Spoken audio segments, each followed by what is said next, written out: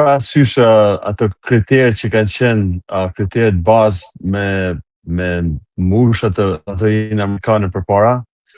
ka ndryshu disa opsione edhe Departamenti i Shtetit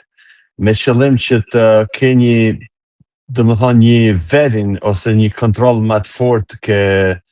këto që vinë me loteri amerikane.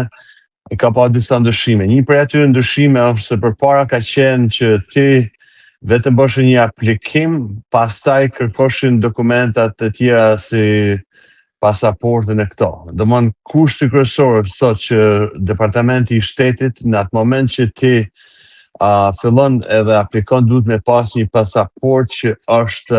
e paskaduar. Dhe me pas një periudhë ndoshta nuk e kanë përcaktuar eksakt, po pasaporta do me qenë e rregullt. Dhe në momentin që ti mush loterinë amerikane që plotson format në internet apo përmes njerëzve të tjerë, duhet paraqesh kopjen e pasaportës, numrin e pasaportës që është e vlefshme. Përveç atyre kritereve tjera që kanë qenë përpara, domthonjë që ka qenë arsimi, dhe me qenë dikush me të suportu për një kohë, domthonjë që me të dhënë një garanci financiare nëse vjen këtu derisa të sistemohesh me punë, me banese, me këto gjëra të tjera. Por kryesorja është diçka tek garancia financiare për të përfituar duhet garanci financiare? Prapa ajo garancia financiare duhet me pas thjesht një person ose familjar që të suporton, se me thonë një garanci që për kohën që të vjen në momentin e parë që vjen futesh në Shtetin Amerikan, të me qenë dikush që të garanton paktën për një periudhë kohë derisa ti mundesh me gjetë një punë ose banesën që të garantoj që mos kërkosh ndihma sociale ke Shteti Amerikan. Po jo garanci në një shumë të caktuar për përfitimin e saj. Ja, në vërtet ajo është thjesht për shembull nëse unë i jap dikujt një affidavit of support, si thonë, këta një garanci për një person, për shembull për ty nëse ti vjen në Amerikë, duhet me paraqit të ardhurat e mia, domthonjë që kam familjar, si me thonë, bashkë me bashkëshortën ose vetëm si do me qenë ose biznes, edhe garantoj që dylber për një periudhë kohë nuk ka me pas probleme, paktën derisa dylberi të rregullohet për një periudhë 4-5 vjeçare. Por në shumicën e rasteve kjo nuk ka qenë problem, pasi kuptohet që ata njerëz që kërkojnë me ardhur nga Shqipëria edhe janë të shumtë,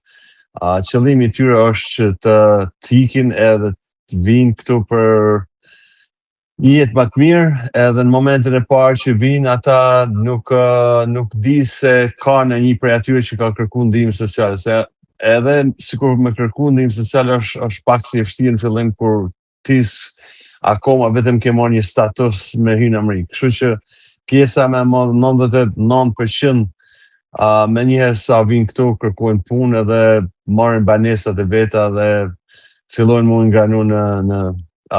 shoqërinë amerikane. Ka specifikime për sa i përket shkollimit apo pra një migrim i kualifikuar, jo çfarë do? Për trurin e kam thënë. Në vërtetë ajo ka qenë edhe përpara, duhet me pas një si thonë ta, një CV ose rezume që të paktën ti ke një profesion, ose ai profesioni që ke në Shqipëri ndoshta mu perfekcionu kur vish këtu, që ke mundësi me shku me perfekcionua, duhet me pas një diplom paktën të shkollës mesme, nuk mundesh me qenë domthonjë person që ke ardhur thjesht, domthonjë nuk ke kërkuar as shkollën e mesme të futesh në Amerikë. Kjo është domthonjë ka qenë kusht edhe është kusht prap. Gjithë këto ndryshime janë bërë që mos me pas hile, si thonë shqip, mos me bë më fut njerëz me dokumenta false, pasi dihet përpara njerëzit kanë kopjuar diplomat, kanë ndryshuar statutet, domthonjë që ndoshta njeriu që s'ka shkuar asnjëherë në shkollë, domthonjë s'ka marrë as mesën, kanë bërë dokumenta false, edhe gjithë kjo ndryshim që ka bërë Departamenti i Shtetit është bërë me qëllim që të evitohen mundësi që njerëzit paraqesin dokumenta false. Domthonjë ti kur procesi më i parë është që ti merr pasaportën, edhe ja çon edhe numrin e pasaportës, edhe kopjen e pasaportës bashkë me aplikimin që bëhet ke Departamenti i Shtetit. Sadri, për sa i përket numrit, janë vendosur limite, se përpara kemi qenë ndër vendet më shumë përfituese. Në këtë rast ka limita apo gjithçka si më përpara procesi? Paka shumë njëjtat kritere për sa përket limitit, domethënë tu janë fut në Amerikë në loteriat amerikane diku 50.000 veç çdo vit. U pezullu në kohën e Covidit një periudhë, domethënë se njerëzit nuk ishin në përzyra, në për ambientet e punës, edhe puna domethënë u pozicionu nga zyret në për shtëpi edhe vetë situata që ishte Covidi, por Amerika ka nevojë për fuqi punëtore, edhe vendet si Shqipëria domethënë që dihet se shqiptarët nuk janë punëtorë në vërtet, kudo që janë, me pas sistemin që funksionon, shqiptarët ecin përpara. Edhe ke fakt që edhe këtu në Amerikë, një pjesë e mirë e shqiptarëve domethënë që se kanë gjetë veten në Shqipëri, në vendin e tyre, vinë këtu dhe kanë ecë shumë përpara në gjitha aspektet, që nga shkollimet, që nga bizneset, që nga domethënë në çdo aspekt. Tash unë i shoh për shembull, i shoh shumë njerëz në Shqipëri që bajnë komente edhe për njerëz që ndoshta janë suksesshëm, po është një pardje që thoshte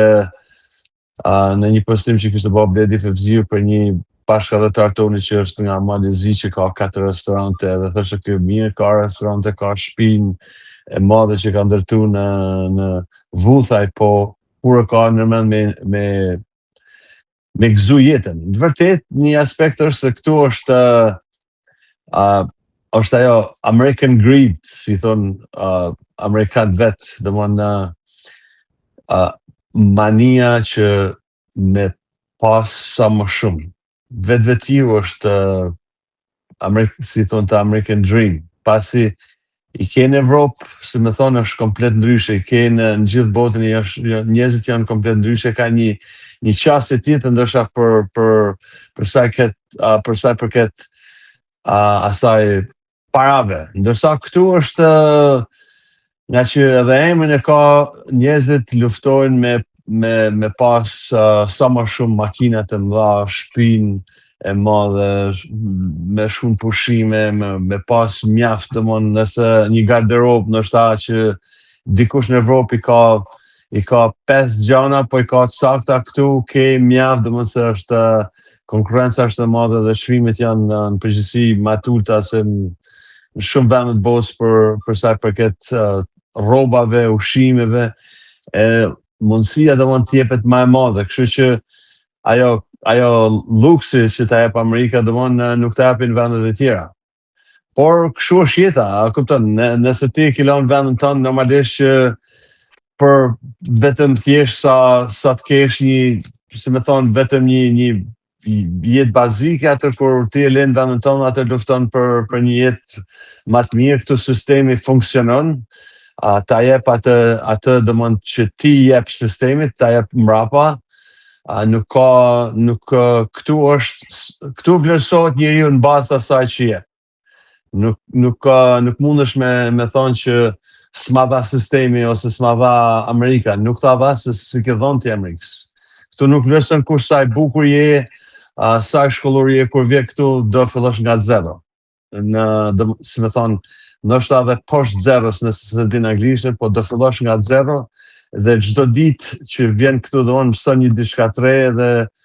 shkon edhe më lart. Kështu që njerëzit që punojnë kanë vullnet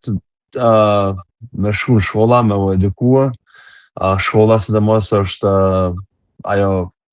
gjëja më e madhe që të jep përparësi këtu, pasi nëse ti ke një